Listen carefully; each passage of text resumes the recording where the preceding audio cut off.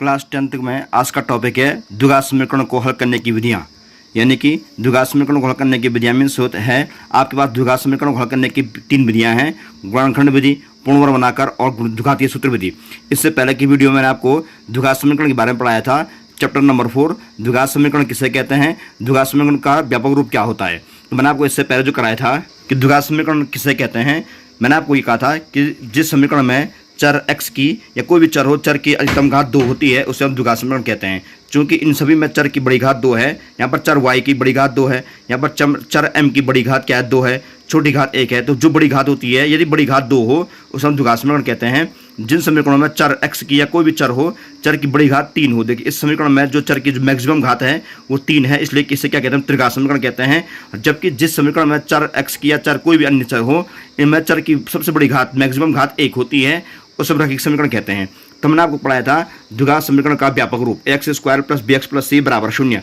मैंने आपको इससे पहले दूसरा पार्ट जब पढ़ाया था तो मैंने आपको ये भी समझाया था कि पार्ट नंबर 2 में हमने पढ़ा था बहुपद यानी कि पॉलिनोमियल। तो बहुपद वाले पार्ट में मैंने आपको कहा था कि बहुपद वाला पार्ट में जो बहुपद का व्यापक रूप है वो क्या है, x² + bx + c है।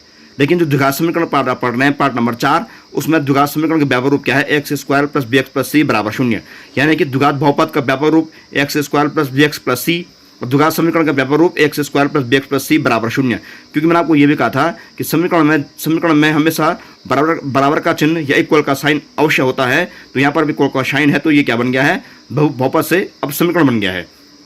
मैंने आपको एक्सरसाइज 4.1 भी कुछ समझाया था कि क्या प्रश्न ये था, क्या यह समीकरण द्विघात समीकरण है। तो मैंने इनको सॉल्व करके देखा था कि सॉल्व करने के बाद यदि अंत में चर x की घात में 2 बचता है, मतलब चर x की घात में सबसे बड़ी घात 2 आती है, तो उसे हम क्या द्विघात समीकरण कहते हैं। जैसे कि यहाँ पर चर x की अधिकतम घात 2 है, इसलिए यह द्विघात समीकरण है। जब उसी में दूसरा प्रश्न जो था हमने उसको सॉल्व किया था, तो यहाँ पर लास्ट में क्या आया था, -3x + 1 = 0। तो यहाँ पर चर x है उसकी अधिकतम घात 2 नहीं थे।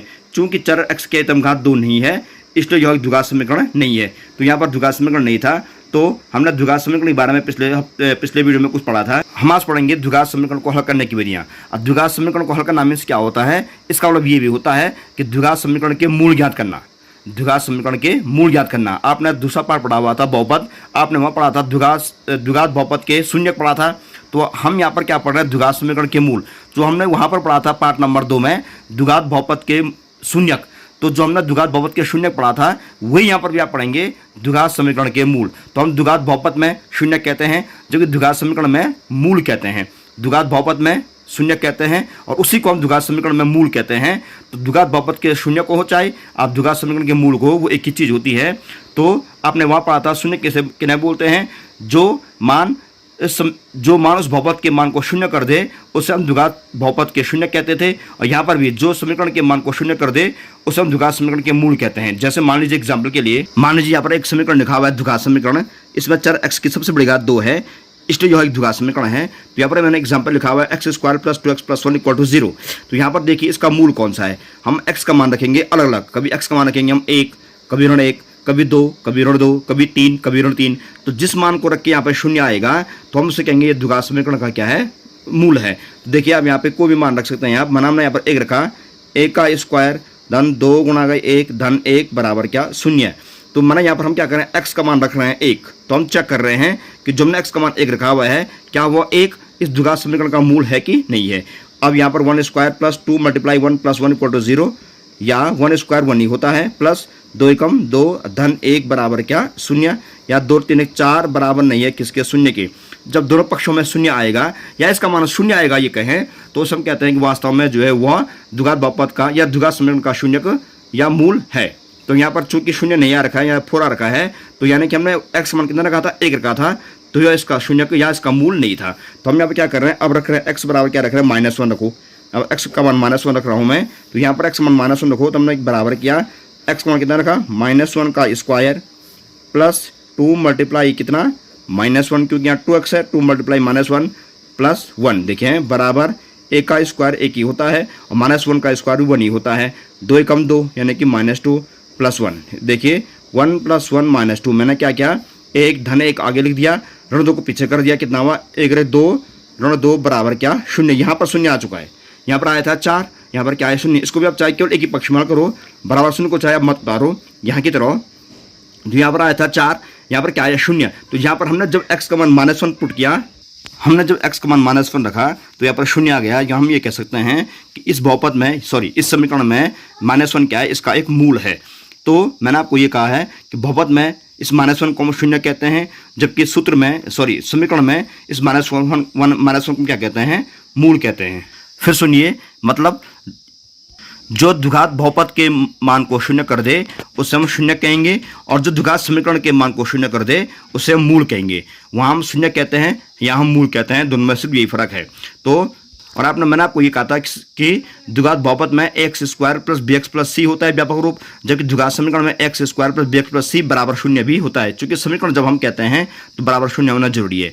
तो हम आप समझ गए होंगे कि हम किसे कहते हैं, शून्यक या मूल, जब जो शून्य आए। तो हम जो यहाँ पर आप टॉपिक बात कर रहे हैं, हम क्या कर रहे हैं, द्विघात समीकरण को हल करने की विधियाँ। यानी कि द्विघात समीकरण को हल करने की विधियाँ मीन्स होता है द्विघात समीकरण के मूल ज्ञात करने की विधियाँ। हल करना मीन्स उनके मूल निकालना। हमें ये पता करना है कि इस द्विघात समीकरण के मूल क्या हैं। एक तो हमने पता कर दिया कि -1 है, इसका एक और मूल भी होगा, क्योंकि मैंने आपको ये भी कहा था द्विघात बहुपद में कि जिस समीकरण में या जिस बहुपद में चर x की सबसे बड़ी घात जितनी होती है उसके उतने ही अधिकतम मूल होते हैं या उतने ही शून्यक होते हैं। मैंने आपको ये कहा था यदि चर x की सबसे बड़ी घात 2 होगी तो उसके 2 संभावित मूल होंगे। ये चर x की सबसे बड़ी घात 3 होगी तो उसके 3 संभावित मूल होंगे। ये चर की सबसे बड़ी घात 4 होगी तो उसके 4 संभावित क्या होंगे, मूल होंगे।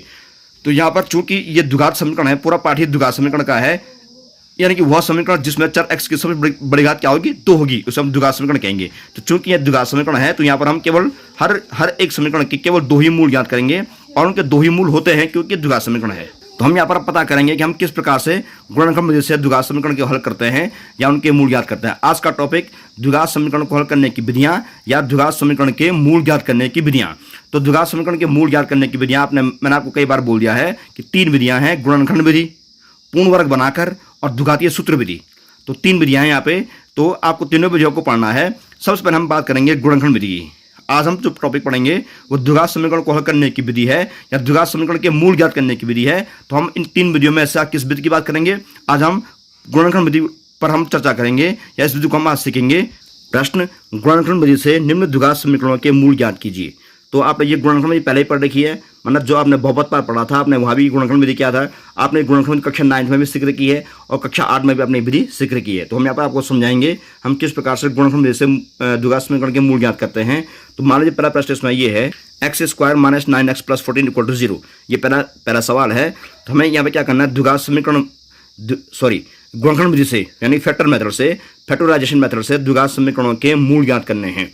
तो देखिए, तो x² - 9x + 14 = 0 के मूल ज्ञात करने हैं द्विघात गुणनखंड विधि से। तो गुणनखंड विधि हम जानते हैं कि हम क्या करते हैं, इसके गुणनखंड करते हैं। तो गुणनखंड करना आप जानते हैं कि हमें 14 के 2 खंड करने हैं जिनका अंतर या योग कितना हो, 9 हो। तो 7 दूनी 14, 7 दूनी 14 होता है, 7 और 9 7 दूनी 14 होता है, और 7 और 9 का योग कितना होता है, 7 और 2 का योग कितना होता है, 9 होता है ना। 14 के जो गुणनखंड होंगे, 14 के गुणनखंड क्या होते हैं, 7 दूनी 14 और 7 में 2 जोड़ो 9। तो आपके गुणनखंड पहले से जानते हैं।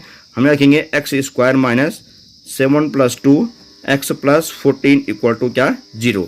फिर आएगा यहाँ आपको गुणनखंड पहले से आते होंगे, ये x² - 7x प्लस का क्या -2x + 14 = क्या, 0। हम जो कोष्टक खोलेंगे यहाँ पे तो गुणा x को 7 से भी करेंगे और 2 से भी करेंगे, इसलिए 7x और 2x आ गया। लेकिन चूंकि कोष्टक के बाहर माइनस का साइन है इसलिए यहाँ पर चिन्ह आपको बदलना पड़ेगा।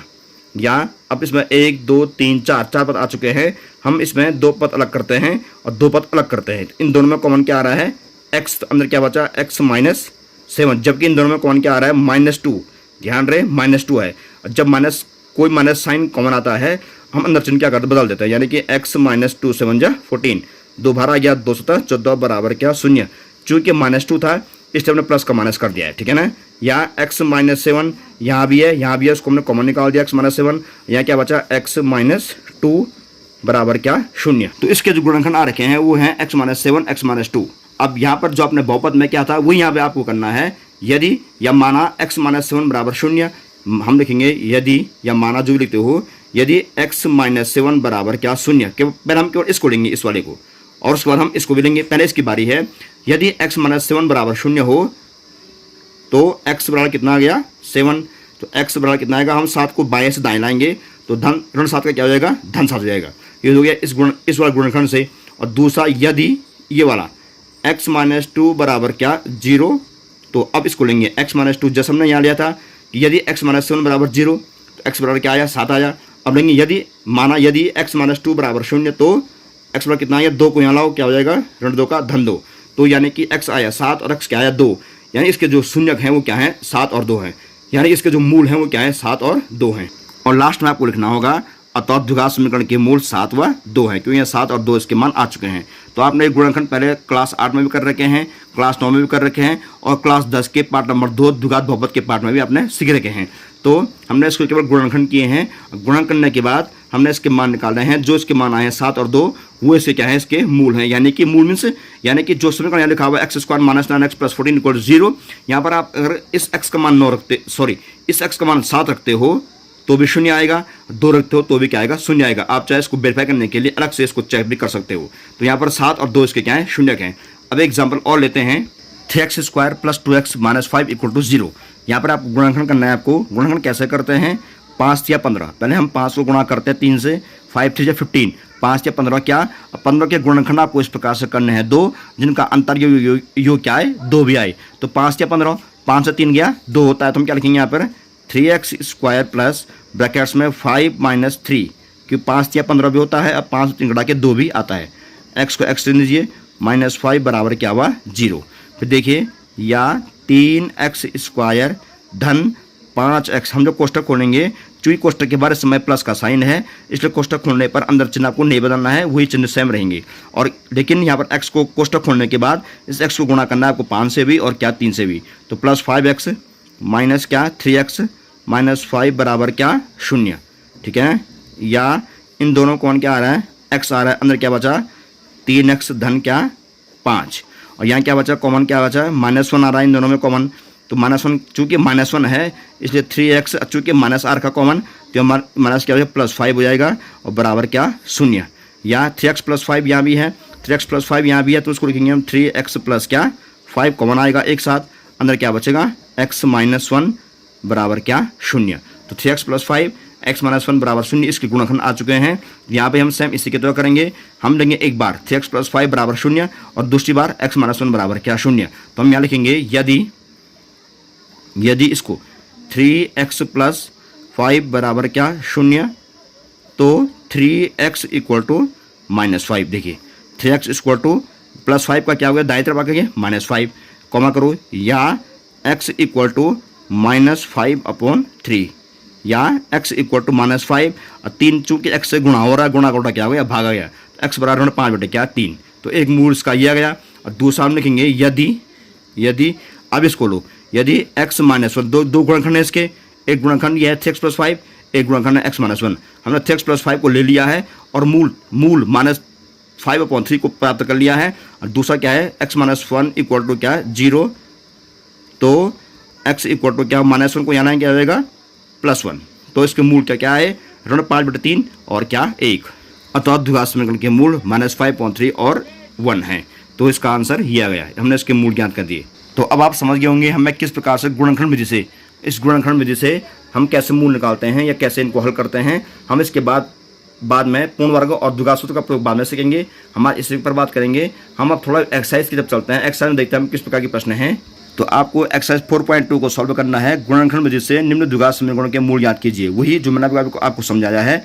तो पहला प्रश्न क्या है x² minus 3x minus 10 equal to 0। आप इसके फैक्टर कर सकते हैं, 5 दूनी 10, 5 2 घटा के 3 आ रहा है, तो इसको आप कर सकते हैं आसानी से। ये भी बहुत आसान है, पहले हम 6 गुणा करेंगे 2 से, 6 दूनी 12। अब 12 के हम गुणनखंड ऐसा करेंगे जिनका अंतर या योग क्या है 1 आए। यहाँ पर x के साथ आगे x का गुणांक क्या 1 है, तो 6 दूनी 12, 4 3 12, 4 3 घटा के 1 आता है। तो आप इसको भी कर लेंगे। मैं आपको इसको समझा रहा हूँ, इसको आपको किस प्रकार से करना है। तो एक्सरसाइज 4.2 में प्रश्न नंबर 1 का तीसरा खंड इस प्रकार से है, √2x² plus 7x plus 5 √2 equal to 0। तो हमें गुणनखंड विधि से इसके मूल निकालने हैं, इसको सॉल्व करना है। तो इसके लिए हम पहले क्या करते हैं 5 वर्गमूल 2 को गुणा करेंगे किससे वर्गमूल 2 से। जब अगर आपको रब का प्रयोग करना पड़े कहीं पर आप उसको कर सकते हैं। हम पहले क्या करते हैं इसमें इसको हम गुणा करते हैं इससे, यानी कि 5 √2 को हम मल्टीप्लाई करेंगे √2 से। तो हम अलग से करेंगे, ये लिखा हुआ है 5 √2 ये लिखा हुआ है, जबकि मल्टीप्लाई क्या लिखा है यहाँ पे √2 लिखा हुआ है √2। इनको हम गुणा करेंगे कितना आएगा आप ये जानते हैं कि वर्गमूल 2 क्या होता है गुणा करके 2, स्क्वायर टू कितना आ गया 2 हो गया, और 2 को 5 से मल्टीप्लाई करो 2 5 जा 10, तो इसका गुणा क्या हो गया 10, क्योंकि 2 वर्गमूल 2 होता है, और 2 गुणा करेंगे 5 से 2 पंजे 10, तो इसका गुणा कितना आ गया 10 आ गया। हमें इन दोनों का गुणा चूँकि 10 आ चुका है, तो हमें 10 के ऐसे 2 खंड करने हैं जिनका अंतर यही हो कितना हो 7 हो। तो हम जानते हैं 10 गुणनखंड क्या होता है 5 2 10, 5 दूनी 10, और 5 और 2 कितना होता है जोड़ के 7 होता है। तो हम यहाँ पे क्या लेंगे 5 + 2 लेंगे, क्योंकि उनका योग कितना हो रहा है 7 हो रहा है। और 5 2 क्या से आया 10, क्योंकि 10 के गुणनखंड क्या है 5 और 2 हैं। तो हम यहाँ पे इसको ऐसे लिखेंगे कि √x² प्लस ब्रैकेट्स में क्या आएगा 5 + 2, यहाँ से आएगा 5 + 2, 5 + 2 कितना होता है 7, x को रहने दीजिए ऐसे ही, प्लस क्या लिखा है 5 बराबर क्या 0। अब देखिए या अब इसको हमें क्या करना है, यहाँ पे जो हम डेली कर रहे हैं 2x² प्लस कोष्टक खोलने पर x गुणा करेंगे 5 से भी और क्या 2 से भी, प्लस 5x प्लस 2x और प्लस क्या 5 बराबर क्या 0। फिर देखिए उसके बाद या इन दोनों में कौन क्या आ रहा है, देखो इन दोनों में कौन आ रहा है x, अंदर क्या बचा √2x प्लस 5, और प्लस देखिए यहाँ पर कॉमन क्या आ रहा है आपको मैं समझा दूँ, ये पर यहाँ पर 2x है और यहाँ पर क्या है 5 है, तो ये वर्गमूल 2 है, जबकि ये 2 है। यानी हम जानते हैं हम 2 को क्या मानते हैं, हम 2 को जो है वर्गमूल 2 गुणा वर्गमूल 2 भी मानते हैं।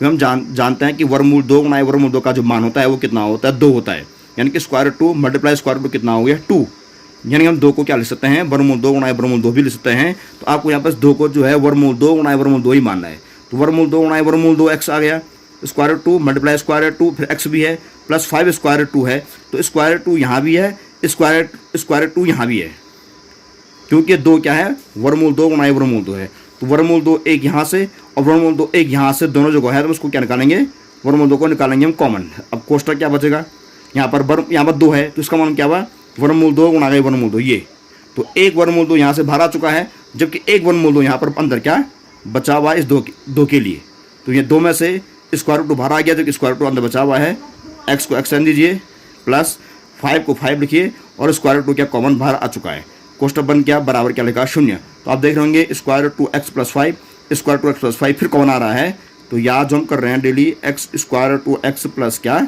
5 लिखेंगे, यहाँ भी यहाँ इन दोनों में कौन आएगा, यहाँ क्या आएगा x प्लस √2, x प्लस क्या √2 आ गया, ठीक है ना, बराबर क्या आ गया 0। तो इसके जो गुणनखंड हैं वर्गमूल 2x धन 5 और x धन वर्गमूल 2 हैं, तो हम यहाँ पर फिर वही करेंगे, वही प्रोसेस करेंगे।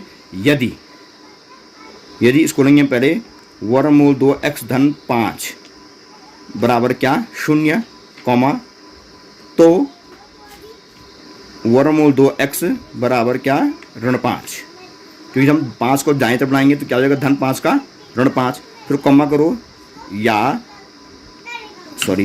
x बराबर x बराबर -5 अपॉन क्या √2, तो वर्गमूल 2 क्या आएगा यहाँ से गुणा में आएगा, गुणा से भाग में आएगा, तो -5 अपॉन √2, तो इसका एक शून्यक या इसके मूल इसका ये है।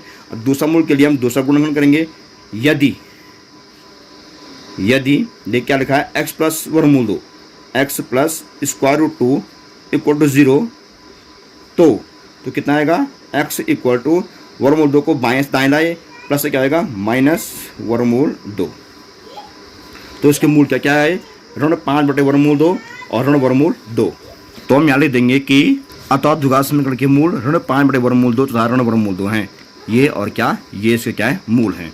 अब मैं आपको प्रश्न नंबर 4 में समझा रहा हूँ किस प्रकार से आपको ये करना है, तो इसको मैं आपको समझा 2x² - x + 1/8 = 0। तो इसी एक्सरसाइज में प्रश्न नंबर 1 का चौथा मैंने आपको यहाँ लिख दिया है 2x² - x + 1/8 = 0। हम यहाँ पर क्या करेंगे इसको लिखेंगे या सॉल्व कीजिए, यहाँ पर असल में 8 हम निकालेंगे एलसीएम 8 आएगा, तो 2x² बटे में इसके 1 मानेंगे, -x बटे 1 मानेंगे, धन 1/8, तो ये है ही, तो 8 1 1 इनका एलसीएम कितना आ गया 8, तो एलसीएम 8 आ गया, तो इस 8 को गुणा करेंगे किससे 2 से, 8 दूनी 16x², 8 गुणा करेंगे हम क्या x से यानी कि 8x, और धन क्या 1 को 1 लिखेंगे, क्योंकि 1 से गुणा करेंगे 1 को, तो धन 1 रहेगा बराबर क्या 0।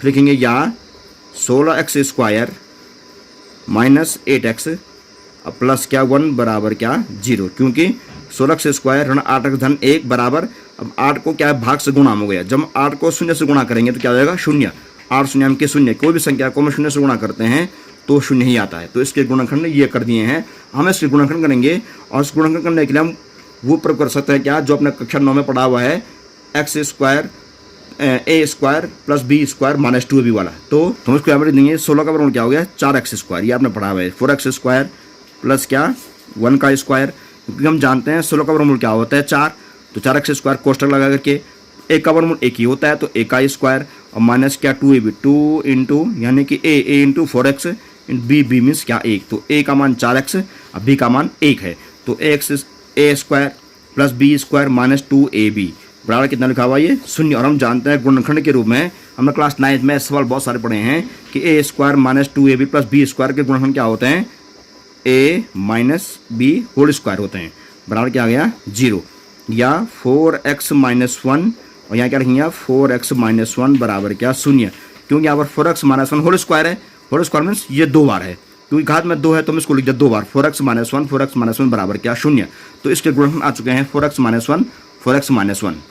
आप चाहे तो इसको वैसे भी कर सकते हैं, जैसे हमने यहाँ पर क्या है इसका प्रयोग हम कर सकते हैं, इसका प्रयोग कि हमें क्या करना है, पहले 16x square minus 8x plus 1 को हम कैसे करना है, हमें गुणा करना है 1 को पहले 16 से, 16 कम 16 हुआ, अब 16 के दो गुणनखंड ऐसे छाटेंगे जिनका अंतर यो क्या है 8 आ रहा है, तो 16 गुणनखंड क्या हुए 4 चौको 16 और 4 4 8, तो अब उससे भी कर सकते हैं इसको, लेकिन मैंने इसको सीधे सूत्र से कर दिया है, तो इसके गुणनखंड क्या आ गए 4x माइनस 1 इसके गुणनखंड आ चुके हैं। तो यहाँ पर भी फिर वही, यदि 4x पहले इसको लेंगे, यदि 4x माइनस 1 बराबर 0 तो 4x इक्वल टू 1, क्योंकि जब 4x बराबर जब एक यहाँ आएगा दाएं तरफ तो माइनस 1 से प्लस हो जाएगा, तो लिखेंगे या x बराबर क्या 1/4 बस।